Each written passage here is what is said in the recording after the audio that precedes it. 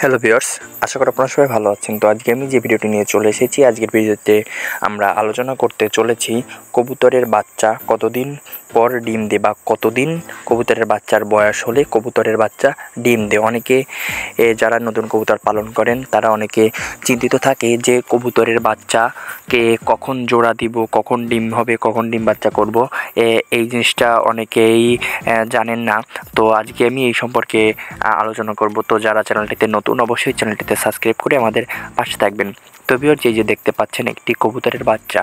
Viewers, কবুতরের বাচ্চা ডিম দেয় যখন কবুতরের 10 পর হয়ে যায়। তো অনেকে কিভাবে 10 পর হয় বা কবুতর কত পরের এটা চেনেন না। তো এই সম্পর্কে আমার চ্যানেলে ভিডিও আছে, অবশ্যই আপনারা ভিডিওটি দেখে নেবেন।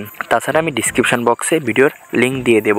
তো আগে আপনারা বুঝতে হবে, দেখতে হবে যে কবুতর 10 পর হয়েছে কি না, বা কবুতরের 10 পর হতে 5 থেকে 6 মাস সময় লাগে। তো 5-6 মাসের মধ্যে কবুতর অ্যাডাল্ট হয়ে যায়, ডিম বাচ্চার জন্য কবুতরের বাচ্চা প্রস্তুত হয়ে যায়। আপনাদের প্রথমে লক্ষ্য করতে হবে, কবুতরের যদি 10 পর হয়ে থাকে তাহলে কবুতরকে জোড়া দিবেন এবং কবুতর ডিম বাচ্চা করবে।